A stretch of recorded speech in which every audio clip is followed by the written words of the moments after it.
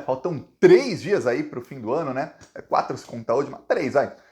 E tem gente aí na esperança de que nas próximas 72 horas a Polícia Federal diga quem são os mandantes dos assassinos da Marielle Franco. Eu não acredito que seja nas próximas 72 horas, até coisa de Bolsonaro ficar esperando 72 horas, mas cresceu aí, cresceram os burburinhos sobre isso, porque estão saindo mais e mais matérias na imprensa mostrando como a prisão do maior miliciano do Rio de Janeiro, chamado Zinho, como essa prisão abalou as milícias e mudou até a estrutura de poder lá no Rio de Janeiro. Aliás, antes mesmo da prisão, a estrutura de poder nas milícias, até dentro aí de instituições no Rio de Janeiro, já estava mudando. Olha só.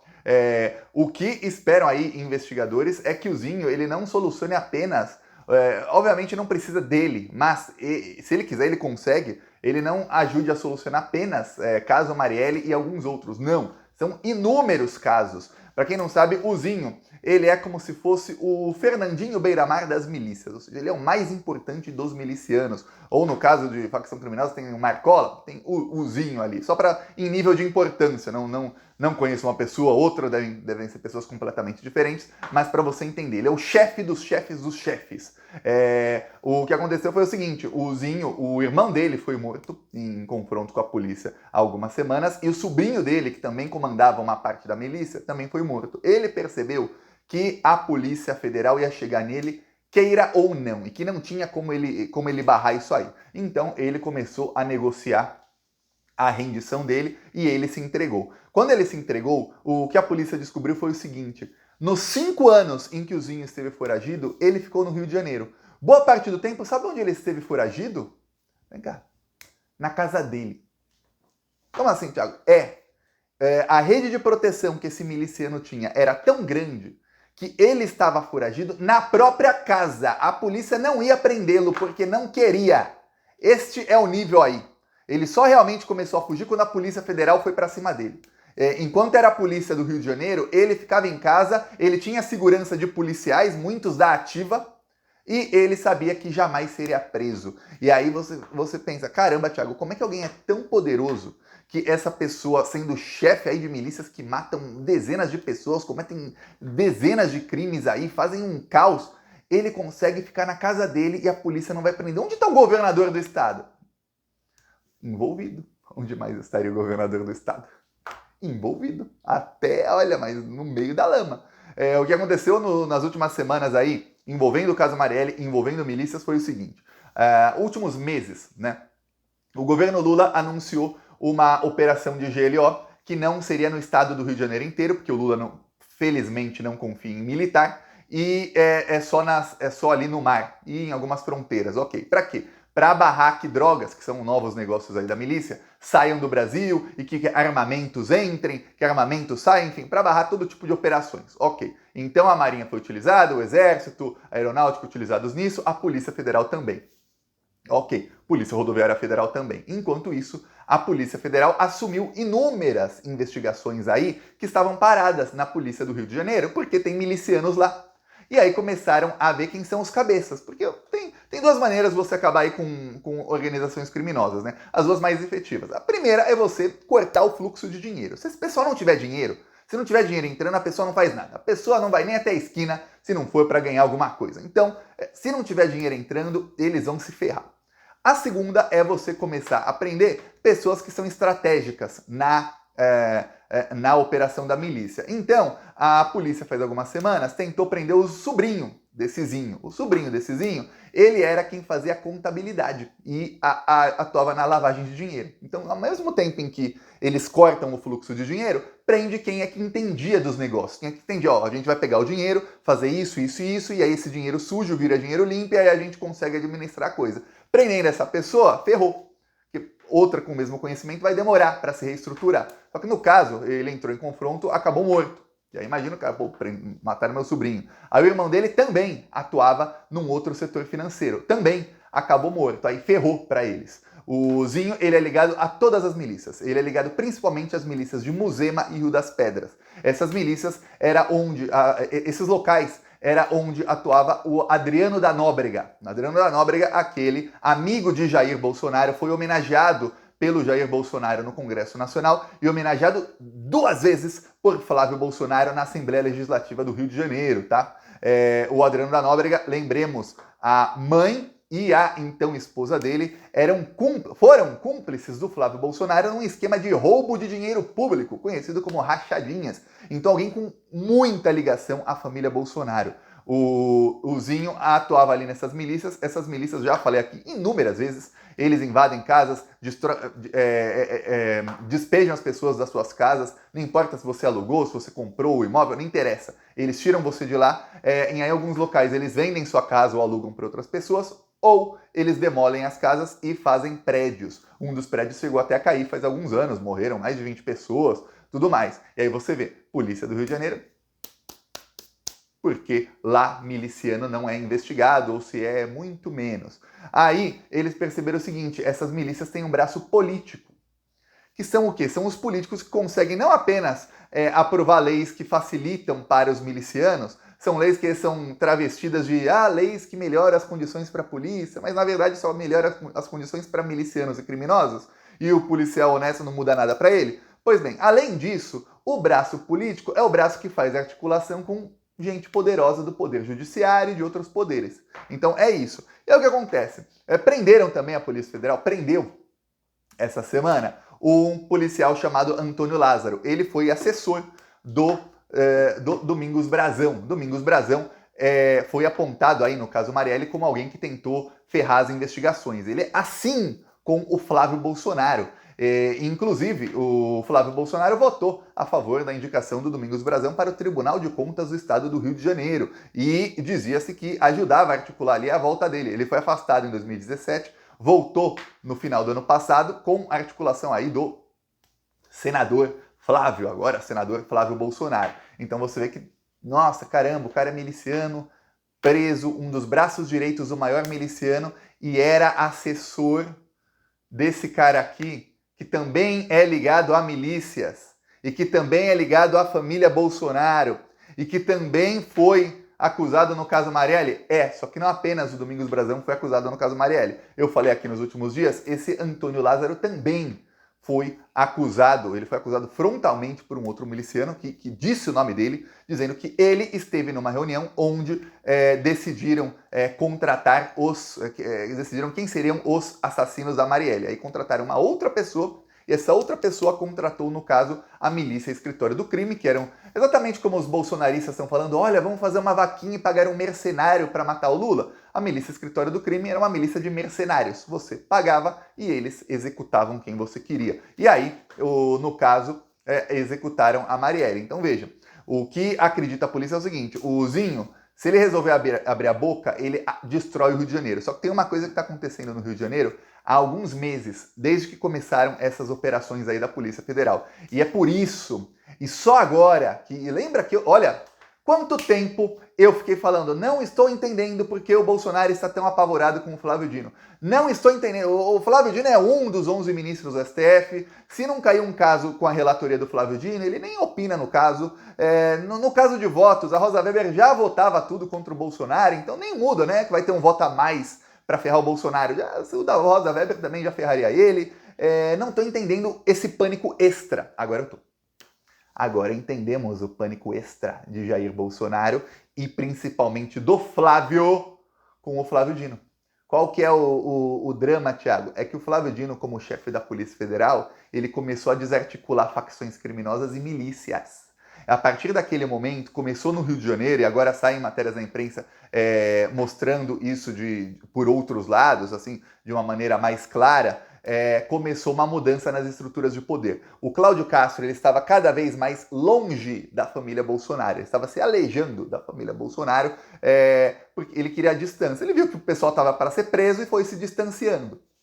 Porém, chega ali, meio de outubro, começo de outubro, o governo Lula anuncia GLO, o governo Lula anuncia mega operações contra o tráfico, contra o crime organizado. Crime organizado envolve bicheiros, mas principalmente facções criminosas e milícias.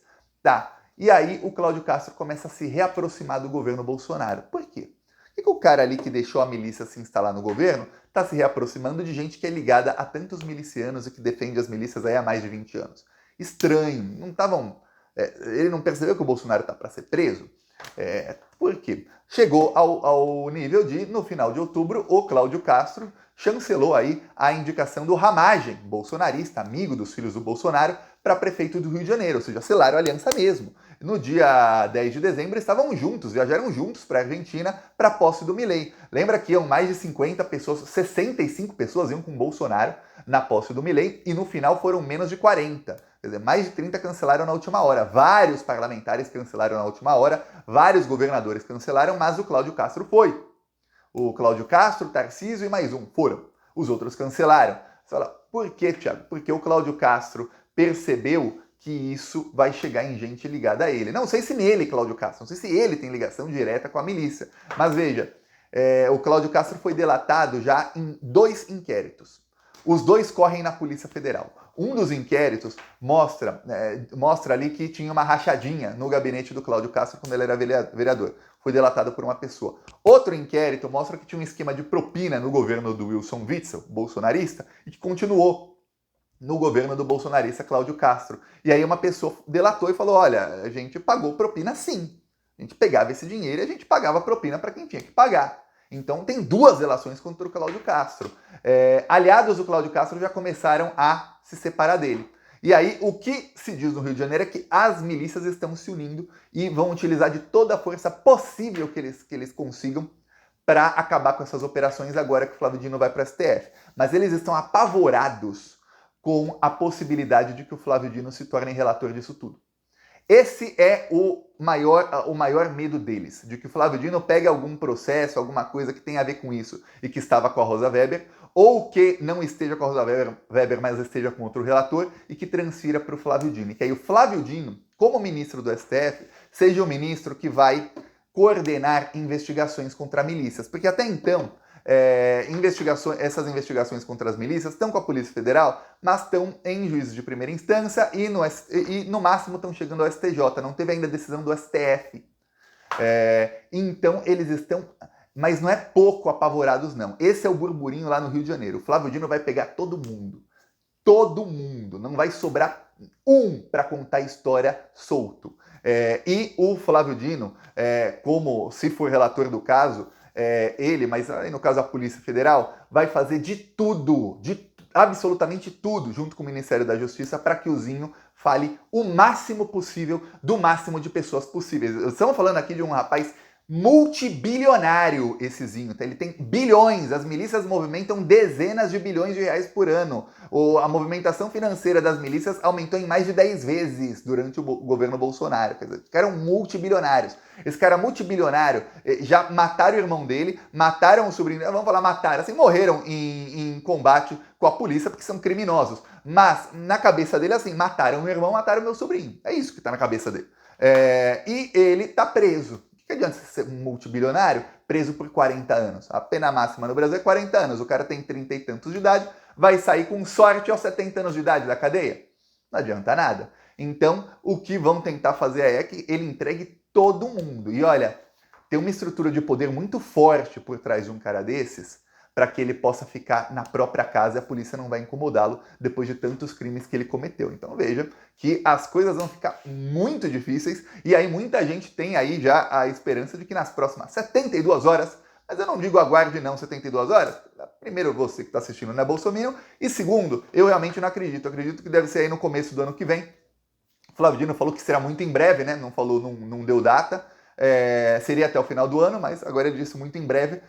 Acredito que no começo do ano que vem, além das investigações aí, algumas contra o Bolsonaro serem finalizadas pela Polícia Federal, teremos aí a finalização do inquérito sobre a Marielle Franco. E enquanto isso, ó, no final do vídeo, quero aproveitar para falar, olha, a imprensa continua, viu? Com as suas mentiras contra o governo Lula. Só uma aqui, ó, que os bolsonaristas estão fazendo fake news sem parar. Você leu notícias sobre as vendas de Natal no Brasil em 2023? Você vai aqui, ó, Metrópolis. Eu só coloquei vendas de Natal, tá? Vendas de Natal no varejo. O que aconteceu? Foram as piores em 3 anos, diz Serasa. Vendas do Natal caíram 1,4% e tem a pior em 3 anos, diz Serasa. E valor econômico. Venda no Natal é a mais fraca em 3 anos e confirma voo de galinha. Voo de galinha que sobe e desce, né? Não sobe muito, não. Aí, brasileiro gasta menos no Natal. Natal foi o ano mais fraco. Diz Serasa. Sabe como é que o Serasa calcula as vendas do Natal? O Serasa tem uma maneira fácil. Eles não sabem o que é vendido e o que não é. Mas eles sabem o seguinte. Quando alguém vai comprar e pagar no carnê, abrir um crediário, pedir crédito, alguma coisa que vai comprar em muitas vezes, as lojas fazem uma consulta no sistema do Serasa sobre o CPF da pessoa, para ver se tem nome sujo ou não, se pode vender para a pessoa ou não. E aí o Serasa viu que nos últimos 3 anos, justo comparado com 2020, esse foi o pior Natal. Só que tem uma coisa, se a pessoa compra no Pix, se compra no cartão de crédito, se compra no cartão de débito, ou, como gosta a família Bolsonaro, em dinheiro vivo, o Serasa não sabe. Então o que aconteceu foi que diminuiu 1,3% o número de compras no crediário. Pode ser sinal de que as pessoas estão comprando mais à vista, ou de que as pessoas estão comprando mais no cartão de crédito, que agora os juros, o Lula limitou os juros a 100%. Pode ser que agora que tem Pix parcelado, mais gente esteja comprando na modalidade de Pix parcelado. Tem Pix sem juros aí, ou Pix com juros baixos. Pode ser qualquer coisa. Pode ser que melhorou a qualidade financeira da população, e a população passou a comprar mais à vista, no débito mesmo, no Pix. Mas não, a imprensa diz que foram as piores vendas nos últimos 3 anos. Até se você pensar 3 anos, quer dizer que em 2020 foi melhor. 2020, que estava todo mundo ferrado financeiramente porque era pandemia, o Bolsonaro demorou para dar auxílio, um monte de empresa faliu, foi exatamente quando todo mundo começou a comprar no crédito. E todo mundo que tinha nome limpo começou a sujar o nome. Foi justo em 2020. E aí eles falam, não, em 2020 foi melhor do que esse ano, esse foi o pior em 3 anos, sabe? Não faz nem sentido, mas para a imprensa vira verdade absoluta. E você tem fake news no Metrópolis, no UOL, na Folha, no Estadão, no Valor Econômico, em toda a imprensa. E os bolsonaristas, Nicolas Ferreira, 10 milhões de seguidores, Michele, 7 milhões de seguidores, disseminando isso aí. Essa é a imprensa, fake news. Isso a PL da fake news não pega, viu? Isso, nenhuma regulação de redes sociais pega isso aí, viu? Tem que ter, regulação tem, mas nenhuma pega isso aí. Você vê que o buraco no Brasil hoje é muito, mas é muito mais embaixo do que era 1 ou 2 anos atrás. Eles já se adaptaram a qualquer legislação que vem aí, porque as fake news só incluem com a imprensa. Essa imprensa suja do Brasil aí, viu? Alguns acham que a imprensa está a favor do Lula. Se isso é a favor, imagina quando estiverem contra. Peço aí sua inscrição no canal. Falou!